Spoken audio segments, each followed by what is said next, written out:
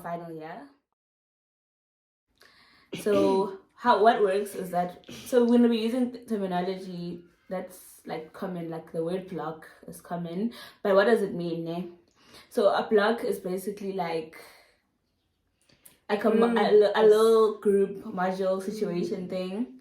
So basically this semester, every single day, we went to a different sites. And a site is like a place where you go, it's either a hospital or a school. Yeah, we don't go to clinics. So hospital, school. But early intervention centers. Yeah, but we call these things clinics. Some like people call them clinicals, practicals. Yeah. Whatever. So we're gonna begin with Monday, and we're just gonna talk about like our Mondays because they were not the same. Like we were in different blocks, different groups. So they were going to one place, I was going to another place, and then I was going to the same place. Yeah. Okay, so do you wanna start or should I start? Please start. Okay, so on Mondays we would go to a hospital called King Edward Hospital. And here we would go for a module that is called Developmental Communication Disorders A. And here we would be seeing not mostly, the pediatric population only. Mm-hmm. And it would be like kids with either like the special population or kids who just have like delayed speech or delayed language.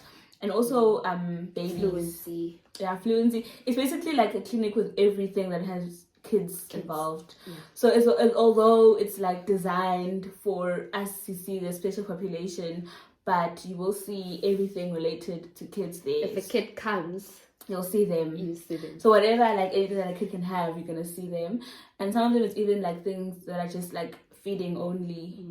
You're also gonna see babies there. But let's just begin with I think you're gonna talk about the inpatients or outpatients. Everything. Okay. Start. Okay, I'll talk about the outpatients. You can talk about the inpatients. No, you talk about everything. I just add. Yeah. Okay, yeah, so we see outpatients. What are outpatients? See, these are, it's like when you go to the hospital for the day and then you go back. Like maybe you go to the doctor or like the physio, speech therapist, occupational therapist, audiologist. So you're not gonna be like what is it? Admitted into the hospital. So you're just going for the day, like you literally have whatever. If you're gonna be there for 30 minutes, they're gonna see you for 30 minutes. It's like you're just serving an appointment. Yeah, you have an appointment. So here we would see kids from like and I think it's like the morning. Okay, that is like, it differs because some people would go to like wards earlier than others or anything. But yeah, we'd see kids, and then after seeing the kids, then we'd go to the ward when we're done seeing the outpatient kids. And as I was saying, special population kiddies, so Down syndrome, autism spectrum disorders, intellectual disability, developmental delays. So it's like a wide variety.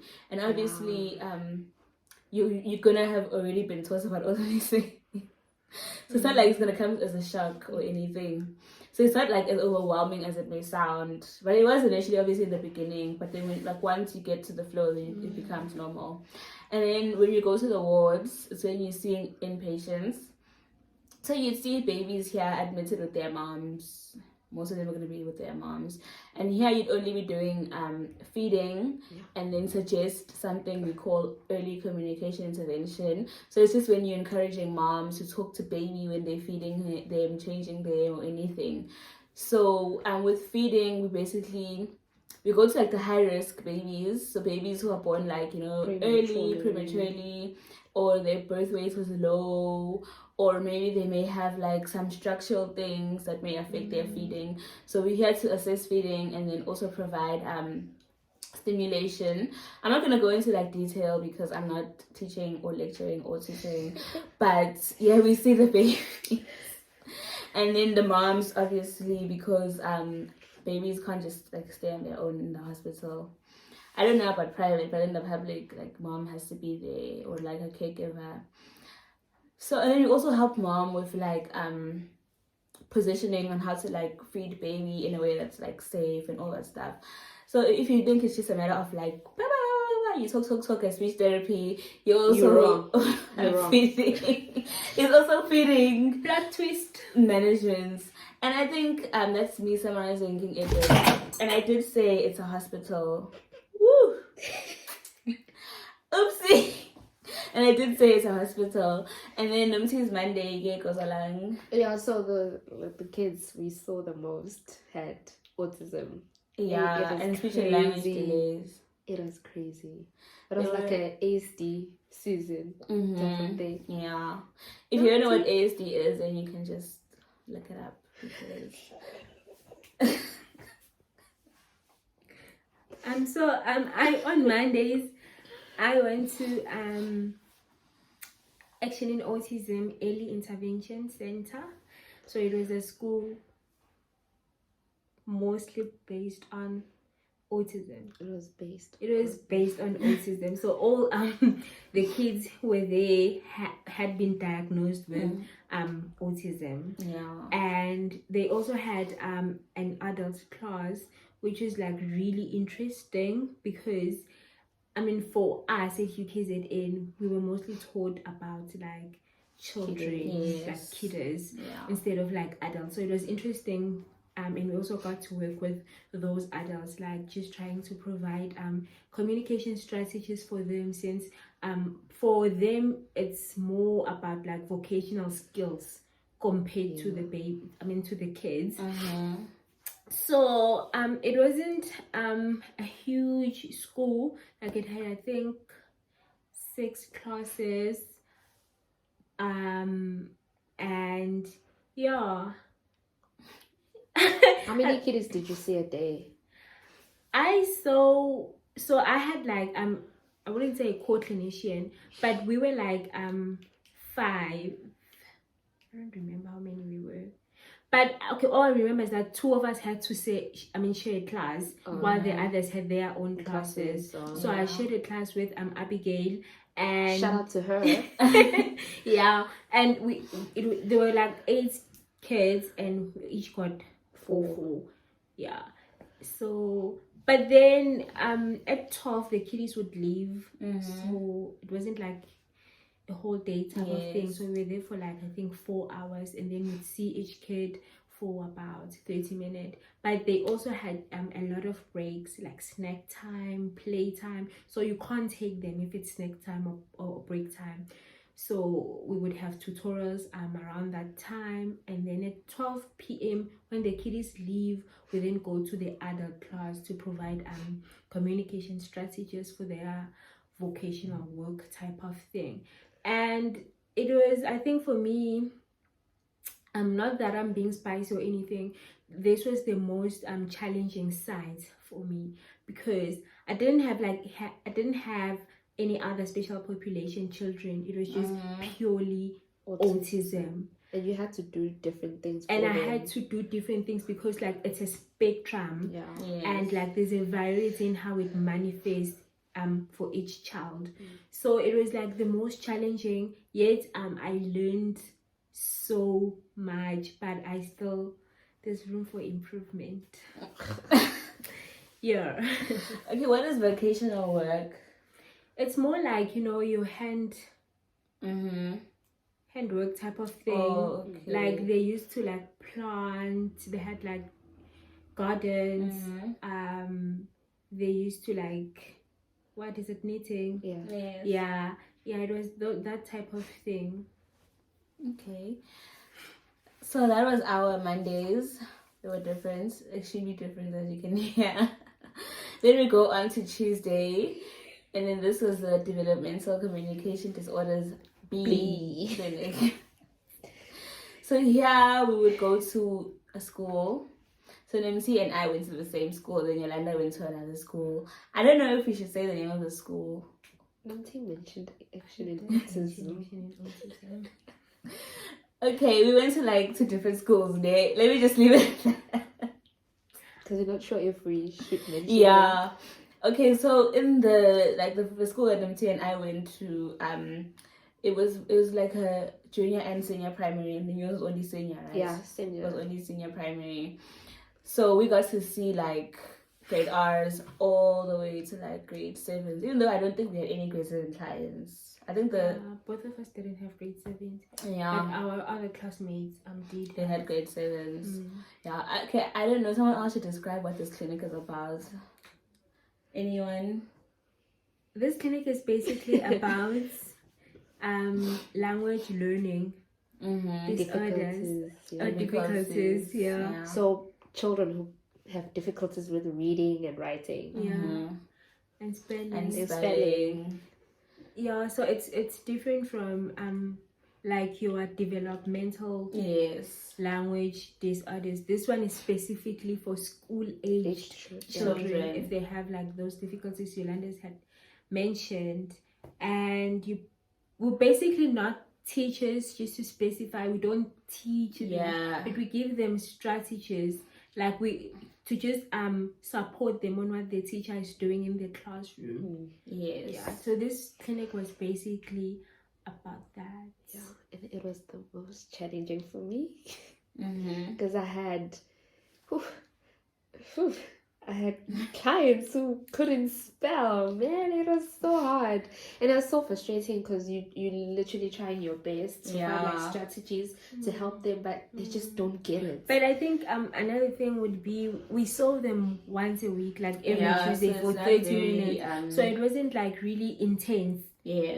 Right. So compared to a child who'd like receive support from a speech therapist like maybe 3 times a week.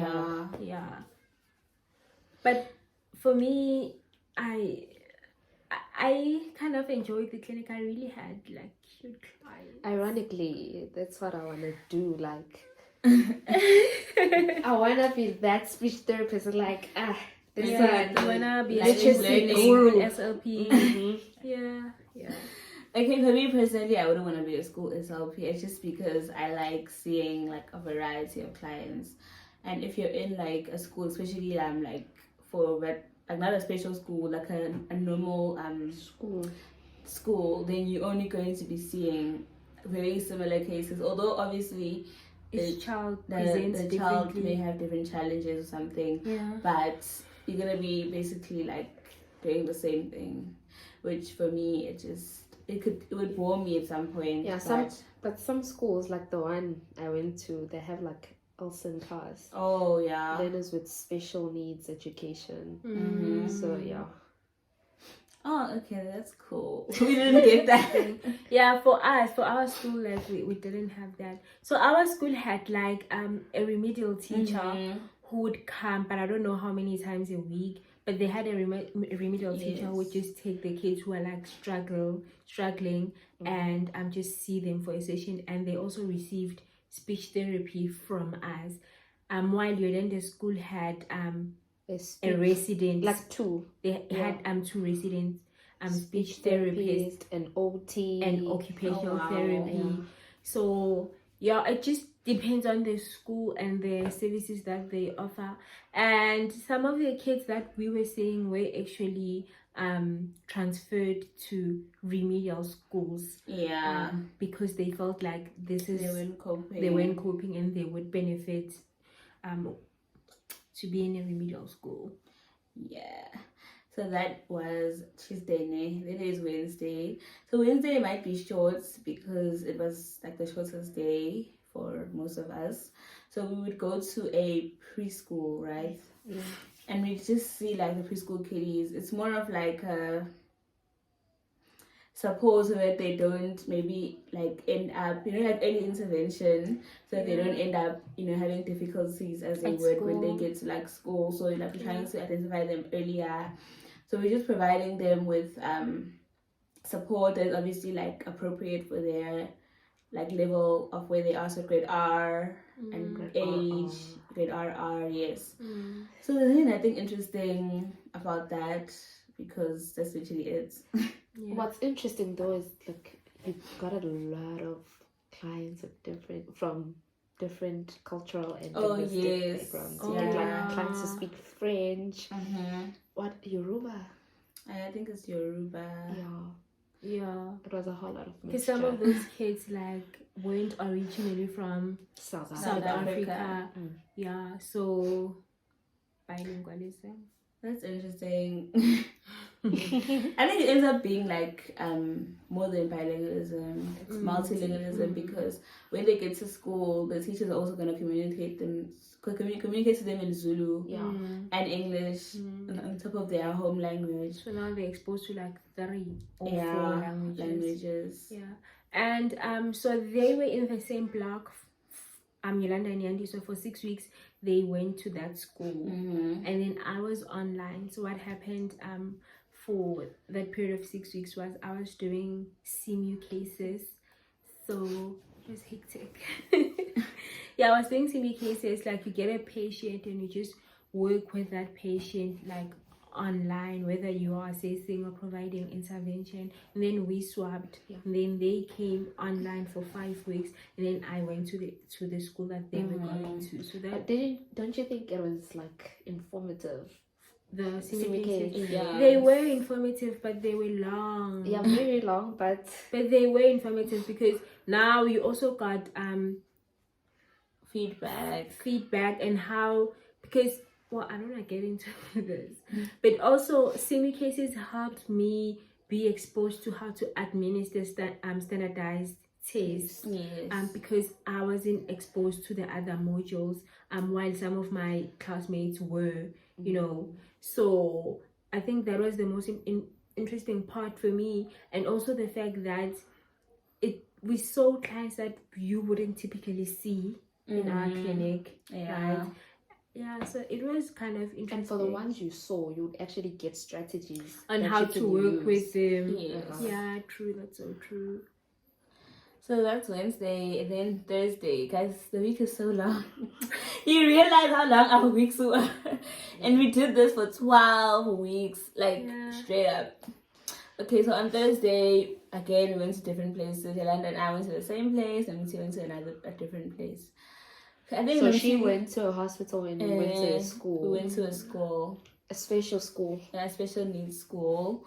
But unlike with Nomsi, where her special needs school was more based on just one developmental disorder, with ours it was all of them. So you see kids with like Down syndrome, ADHD, autism, intellectual disabilities, everything, and cerebral palsy, like just any diagnosis. And we basically, it's not younger kiddies. Like, even though there were some young kids, but like it was more of a, like, okay, how it works in special schools is that there's no like grades. So you're basically in school until you're like 18. Then you have to obviously leave school. So some people would see like 18-year-old clients, and you see like a 13-year-old, 8-year-old. So it was like literally almost every age, but obviously you wouldn't see every single age because the clients would be like divided. Then we'd also have like sessions where we had group therapy with like a class. There was like allocated to us, and we had like 2 classes. So I feel like that was like a really interesting site for me, being on that side, just because of the variety of clients that you'd see. See, guys, me and variety are like, and I'm the total opposite. I didn't like you like structure. Yeah, and because some of those kids in that school, you wouldn't really get like a response from them. And they're like, I don't know what I'm doing with this child, but we move. Yeah, I think it's like, obviously we were like learning. It was literally like a clinic that was for learning, so obviously there was a tutor and all that stuff. So but the point I'm trying to make is that it was more of like everybody throughout the whole semester, if there was always stuff that would like test you and make you like think outside of the box or read up more, you know. And I feel like it's lifelong learning type of like degree, you know, speech therapy, because things are not always going to be the same all the time.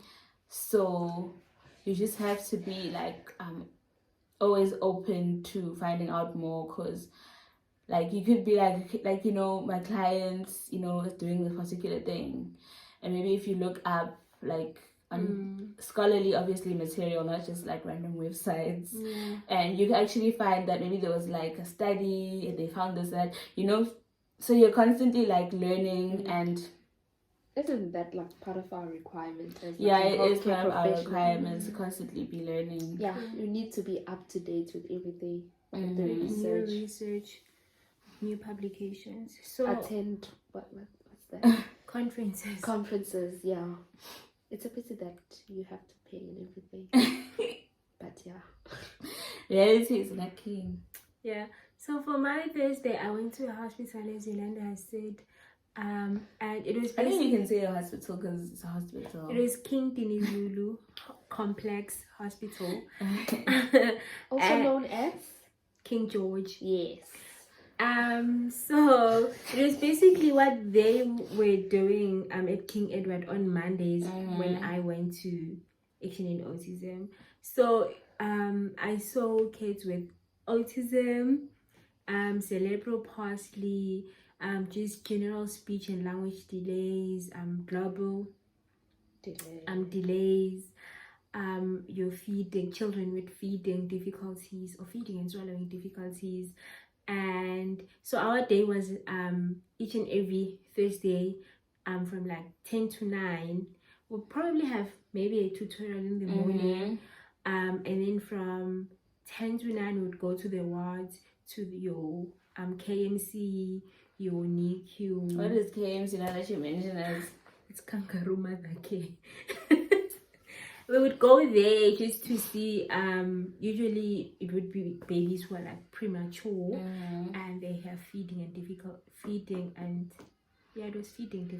Yes. And we would assess them and provide intervention and counseling. Yeah, mostly it would be to the mom, like what the mom can do. What do you guys think about counseling? Sorry to divert. Counseling the moms. We'll get to that. Can I just And so most of them had like nasogastric tubes because obviously they have difficulties with feeding. So I think the most interesting part for me in the wards, it was being trained how to decide that it's time to wean off, like to take off the tube for exclusive oral feeds. Yes, man. Oral feeds literally just means eating by your mouth. Normally. With your mouth.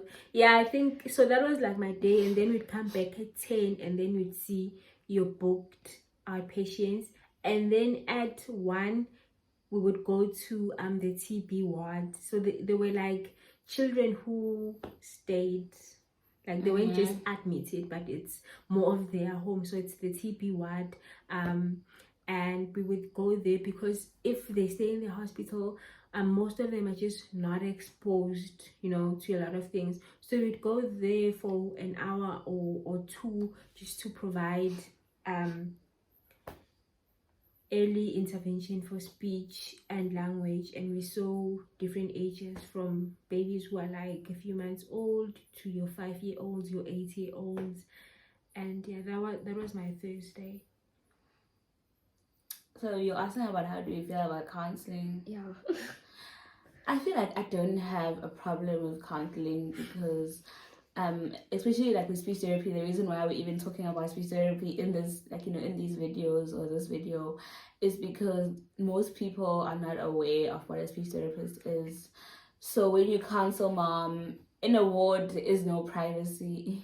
So when you're talking to mom, like the person next door can still hear you, and obviously like you don't say anything confidential because you're literally talking about, like, maybe for example when you're feeding baby, set them up like this, so just in case maybe if the mom, like next door is also can like not next door, like next to your mom you're talking to can hear, they also know what they can do, for their baby, because obviously we don't want for baby to end up like being referred, although obviously like like we want babies who actually need like help properly to be referred. So you don't want like maybe babies to be referred because now they choking because and it's something that could have that could have been avoided. Yeah. So that's why for me, like, counseling is like awesome, but it is obviously challenging because as like I had said that like moms are staying in hospital.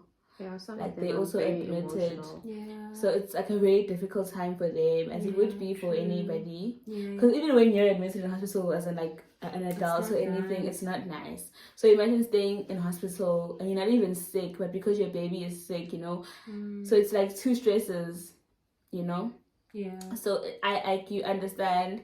So you also have to like come in with the be sensitive and be sensitive. Yeah. For me, counseling, I think it kind of challenged me because obviously I had to get over the mentality that I'm a student counseling like an older person, even though you had like young mothers. Yeah.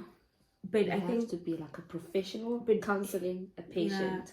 I had to have that mentality that I'm a professional, even though I'm a student, but I am a professional who's counseling a patient. So like I tried as much as I could not to let that intimidate me, because if you talk to them, like they actually do benefit to what you are telling them. Yeah, so I think I'm a big fan of counseling, because also it just bridges the gap of telling the patient what to do.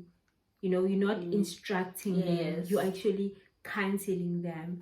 So yeah, and it really felt nice because you'd form this relationship with the moms, because now if we come this weekend, you are working with this mom, and then you come next week, you're gonna see another patient, and the patient that you saw last week hasn't been discharged, and they would be like happy to see you again, or maybe they'll tell you, oh, today we're getting discharged, and it would be like a nice thing.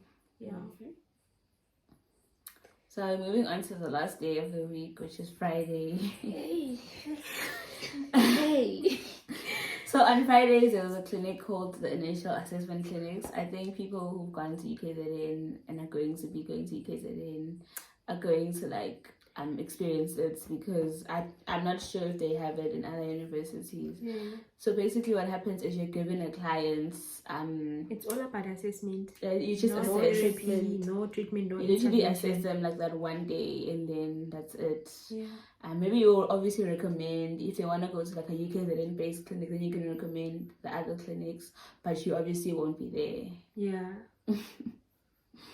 So in the initial assessment clinic, how it works is that you're given a client like a week or two prior to the Friday that you'll be assessing, depending on the availability of clients. Yeah, sometimes clients are not like available, especially like during these COVID times.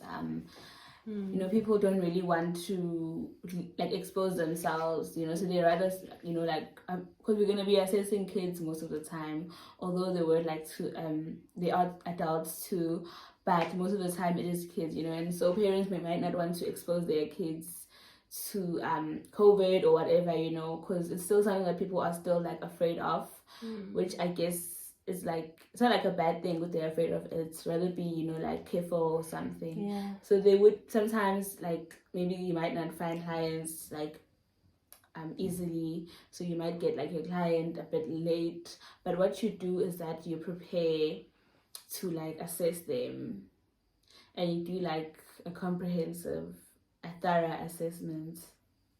And it's very like, it's like a big deal type of thing, because obviously you assess in every other site, but it's not as like deep, because you literally have like 3 hours, which seems long, but it's actually very short when you're actually doing it. Once you are the one, you usually have to do everything in that session, provide feedback to the parent, which is like the most intimidating thing for me. And you have to describe all this terminology in a simple way.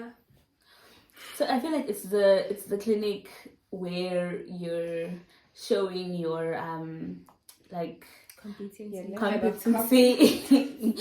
Because obviously there's a reason why it like occurs in like the final year as an exit level module. So yeah, but obviously it's quite fun. It's obviously not as fun as other clinics because you see the clients and you're like, oh, and you never see them again. And some of the clients, like, you know, like maybe you'd want to, like, you know, see them again, catch up with them or anything. Yeah, you'd like want to. I was actually glad. It's for the first time I'm seeing you. The last time, bye. No, some of them, like, you'd actually. I know that I had like one client who I went like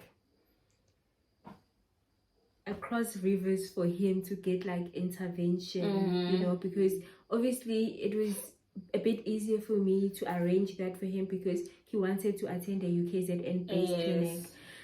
So I think I resonate with what Yandis was saying, that sometimes you actually do want to know, maybe if you are referring them, you actually want to know if they went to the place you were referring to and what were the results and how it went. Because some of these cases, like, they're really emotionally daunting. Yeah. I'm not gonna lie. So if like, and trust me, as a speech therapist, you are always going to be attached to a certain case. Yeah, to one client. So it doesn't even matter if you just seeing them for 3 hours or 2 hours. Sometimes you'll just get attached and you'll want to know, you know, what happens, even though it doesn't always happen. No, maybe for me it's like I had it in mind that okay, I'm only gonna see this person for like 3 hours straight and I'll never see them again.